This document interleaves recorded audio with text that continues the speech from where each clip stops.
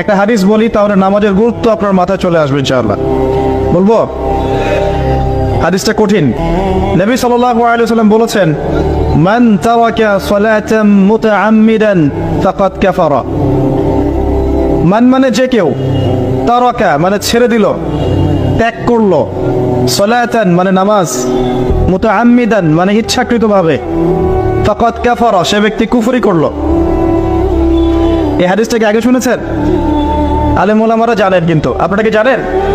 মান তারাকা সালাতান মুতাআম্মিদান ফাকাদ কাফার, যে ব্যক্তি ইচ্ছাকৃতভাবে বিনা ওজরে, কোনো ওজর নাই, ইচ্ছাকৃতভাবে নামাজ ছেড়ে দিল, ত্যাগ করলো, সে ব্যক্তি কুফরি করলো।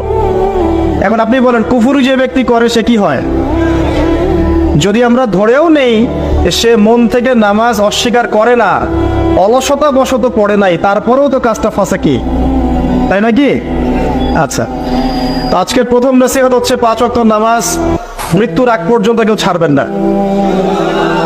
আমার সাথে ওয়াদা করেন যে ইনশাআল্লাহ আগামী যতদিন বেঁচে থাকবো 5 ওয়াক্ত নামাজ জামাতে পড়ার চেষ্টা করব, যদি জামাত না পাই একা পড়ার চেষ্টা করব। আল্লাহ পাক তৌফিক দান করুন, আমিন।